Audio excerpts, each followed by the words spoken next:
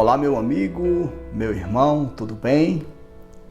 Estamos de volta para mais uma reflexão da Palavra de Deus. Hoje é o 18º dia da nossa campanha de jejum e oração. Tem sido tremendo, poderoso o que Deus está fazendo. Muitas pessoas estão comentando, estão compartilhando, estão sendo ricamente edificadas pelo Senhor. Eu sou o pastor Jair Oliveira e estou aqui para mais uma vez tocar o seu coração com a palavra de Deus. Antes eu quero agradecer a você, meu amigo, a você, meu irmão, que tem compartilhado, que tem deixado o seu like, o seu comentário. E quero também pedir a você que ainda não é inscrito, se inscreva, compartilhe, abençoe outras pessoas, outros corações precisam ser edificados pela palavra de Deus. O nosso tema hoje é deixando uma herança abençoada. Nós queremos voltar ao profeta Isaías, capítulo 58, e hoje nós iremos ler o versículo 12, que diz assim: E os que de ti procederem edificarão as antigas ruínas, e levantarás os fundamentos de geração em geração, e chamar-te-ão reparador das rupturas e restaurador de veredas para morar. Meu querido amigo, meu querido irmão, que palavra poderosa. Os teus filhos edificarão as antigas ruínas. Nós iremos comentar sobre a primeira parte. Os que procederão de ti, a tua descendência, os teus descendentes, eles serão edificadores. Eles edificarão as antigas ruínas. Nós, quando lemos esse texto, nos vem à mente quando passamos por alguma cidade histórica e nós percebemos que nas áreas centrais destas cidades existem casas antigas, construções antigas, e muitas delas inabitáveis. Esta é uma verdade. Estão ali por ser históricas, mas não existem moradores, estão sem habitantes. E muitas delas também são destinadas a um uso impróprio, a um uso inconveniente. Em toda a cidade existe este fator. Quando nós chegamos a lugares assim, nos vêm ideias na mente, nos vêm assim sonhos. A gente começa a pensar, a idealizar e a viajar nos sonhos, pensando o que a gente poderia fazer com essas casas antigas, com essas construções antigas. E vem logo várias ideias na cabeça, vários projetos arquitetônicos, enfim. E, infelizmente, nós não podemos mudar esta situação, mas hoje já existem alguns movimentos de restauração, né? E esses movimentos, eles cuidam destas casas e são chamados de movimentos de revitalização de uma área central ou de uma área histórica de uma cidade. Então, esses movimentos cuidam de restaurar aquilo que está em ruína e deixar pronto para ser usado. Então, espiritualmente falando, é o que Deus quer fazer. É o que Deus está fazendo. Espiritualmente falando, é o que nós estamos vendo nesses últimos dias. O grande mover de Deus trazendo restauração, restaurando aquela casa velha, inabitável, aquela casa abandonada e trazendo um novo projeto de vida na presença do Senhor. Quantas pessoas se afastaram de Deus?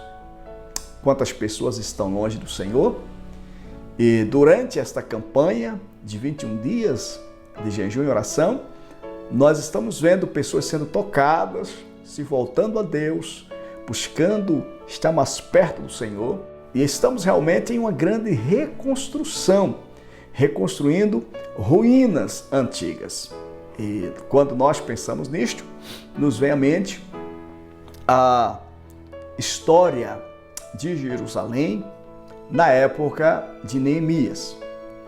Quando nós lemos Neemias capítulo 1, versículo 1 ao 4, olha que história interessante. As palavras de Neemias, filho de Acalias, e sucedeu no mês de Quisleu, no ano 20º, estando eu em Suzã, a fortaleza, veio Anani, um dos meus irmãos, ele e alguns de Judá, e perguntei-lhe pelos judeus que escaparam e que restaram do cativeiro acerca de Jerusalém. E disseram-me: os restantes que ficaram do cativeiro lá na província estão em grande miséria e desprezo, e o muro de Jerusalém fendido e as suas portas queimadas a fogo. E sucedeu que, ouvindo eu estas palavras, assentei-me, chorei e lamentei por alguns dias, e estive jejuando e orando perante o Deus dos céus.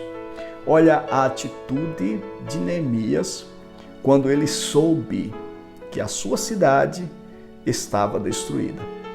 Quando ele soube que Jerusalém, os muros estavam fendidos, as portas foram queimadas, e ele então se lamentou porque os judeus, os seus irmãos que restaram, estavam vivendo em miséria, em pobreza, em desgraça, sem esperança, sem alegria. Então Neemias, ouvindo estas palavras, ele se comoveu, ele começa a chorar, ele começa a lamentar, e a Bíblia diz que ele, por alguns dias, quando a gente lê a história, nós entendemos que Neemias passou 3 meses jejuando, orando e chorando diante de Deus, pedindo uma direção para restaurar a cidade de Jerusalém. Então, por alguns dias ele esteve chorando, orando diante do Senhor, porque o sentimento que veio ao seu coração foi de restaurar a cidade que estava em ruína. E Neemias propôs no seu coração um objetivo de procurar os seus superiores e pedir cartas, pedir ajuda para ir a Jerusalém e reconstruir os muros. Então, ele chora, ele ora, ele lamenta, e por 3 meses ele fica diante de Deus intercedendo pela cidade e pela reconstrução daquela cidade. O que você sente quando você vê alguém em ruína? O que você pensa quando você vê alguém que se afastou de Deus? Alguém que está vivendo longe do Senhor? O que vem em sua mente quando você vê um lar destruído? Um casamento destruído? Uma família destruída? O que vem em teu coração quando você olha para jovens, adolescentes, que o futuro está comprometido por causa das drogas, da prostituição, por causa do crime, da violência? O que você pensa quando você olha para estas casas, para estas construções em ruína? Será que nós estamos tendo o mesmo sentimento de Neemias? O sentimento de restaurar, o sentimento de trazer de volta a alegria, o prazer para esta vida que está em ruína? Certamente, tanto eu como você, todos nós, conhecemos famílias, conhecemos pessoas, conhecemos amigos que estão vivendo uma vida em ruína. Que a sua casa, que a sua família, que a sua vida profissional, que a sua vida sentimental, que a sua vida espiritual está em ruína. E nós precisamos reconstruir essas pessoas. Para tanto, nós precisamos, em nome de Jesus, dar um passo de fé. E esse passo de fé nos leva a gerar filhos na fé, filhos espirituais. Quando você gera um filho espiritual, você começa a ver aquela pessoa sonhar como você está sonhando. Neemias orou, Neemias clamou e Deus levantou filhos espirituais, filhos na fé, para abraçar a causa com ele. Não obstante os que se oporam, os que zombaram, aqueles que não se envolveram, pelo contrário, ficaram desacreditando na grande obra que seria feita, Neemias gerou filhos na fé, pessoas que acreditou que seria possível reconstruir a cidade. E então ele começa uma grande obra para a glória de Deus. Uma palavra que me dá alegria quando leio é a primeira epístola de Paulo a Timóteo. No capítulo 1, versículo 2, Paulo diz a Timóteo: a Timóteo, meu verdadeiro filho na fé, graça, misericórdia e paz da parte de Deus, nosso Pai, e de Cristo Jesus, nosso Senhor. Todos nós sabemos que Timóteo era um jovem crente, era um jovem cristão. Timóteo era filho de mãe judia e de pai grego. A sua mãe trazia uma herança de fé em Deus e passou esta fé a Timóteo. É tão tal que na segunda carta de Paulo, Paulo diz: olha, eu desejo te ver para participar desses momentos bons ao teu lado, e acreditando na fé que há em você, que é uma fé não fingida, que primeiro habitou em tua avó Lóide, depois em tua mãe Eunice. Então Timóteo já era um jovem crente, já era um jovem que tinha fé em Deus. Porém, Paulo gerou Timóteo no sentido ministerial. Paulo gera em Timóteo, no coração de Timóteo, a visão que havia nele, e Timóteo absorve isso, Timóteo abraça isso. Então todas as palavras de Paulo para a vida ministerial, para o futuro da igreja, a visão evangelística, a visão missionária, Timóteo absorve e ele abraça. Por isso que Paulo chama Timóteo meu verdadeiro filho na fé. Por quê? Porque nem todo mundo que está ao seu lado acredita nos seus sonhos. Nem todo mundo que dá uma tapinha nas costas, que diz que te ama, que está com você, acredita nos seus sonhos. Porém, aqueles que são gerados por você, aqueles que você consegue colocar nele a sua visão, seus desejos, os seus sonhos, os seus objetivos, os seus projetos, eles passam a sonhar com você e passam a te ajudar a realizar esses sonhos. Então Timóteo era um destes que estava pronto a sofrer por amor ao Evangelho, porque ele aderiu, ele aceitou aquilo que Paulo havia ensinado e ele abraçou a causa. Por esta razão, Paulo o chama de meu filho na fé. Então, meu amigo, meu irmão, eu te aconselho, em nome de Jesus, durante esses dias de jejum e oração, você pedir a Deus uma direção para você forjar o seu caráter, a sua visão nos seus discípulos, gerando discípulos com a mesma visão que você, com o mesmo sonho que você, que abrace os projetos que tem em seu coração e acredite, esteja pronto a sacrificar com você por esses projetos.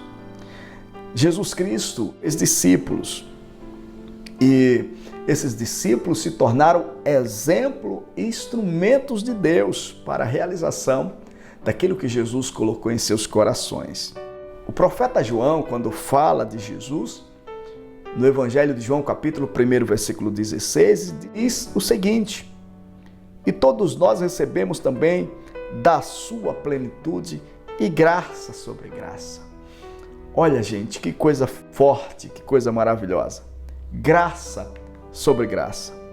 E quando você observa esta palavra, graça sobre graça, vem de abundância, vem de presença completa, vem de estatura completa. Então nós recebemos de Jesus esta graça sobre graça para invadirmos o reino das trevas, abrir caminhos e libertar pessoas para a glória de Deus. Então deixa Deus te usar. Deixa o Espírito Santo usar a tua vida. Deixa Deus tomar a tua vida. Seja cheio da graça de Deus para gerar filhos que vão ser reparadores de brechas. Foi isto que Deus falou através do profeta Isaías para a nação de Israel. Quando Deus fala: os que de ti procederem edificarão as antigas ruínas. Então, você vai gerar filhos que estarão reedificando, restaurando as antigas ruínas. Que Deus te abençoe. Seja um instrumento de Deus. Deixa Deus te usar para a glória dele e seja cheio de toda a plenitude de Cristo. Receba graça sobre graça para viver esta vida abundante, esta vida completa, esta vida cheia de Jesus, a fim de que você possa gerar filhos com esta mesma visão que você. Um abraço apertado, que Deus te abençoe e que você possa desfrutar nesses dias de coisas poderosas da parte de Deus. Em nome de Jesus Cristo. Quero pedir a você que ainda não é inscrito no canal, se inscreva, deixe o seu like, ative o sino de notificações, compartilhe com seus irmãos, com seus amigos. Vamos levar esta palavra a muitas pessoas para a glória de Deus. Deus te abençoe e até o próximo vídeo, se Deus quiser.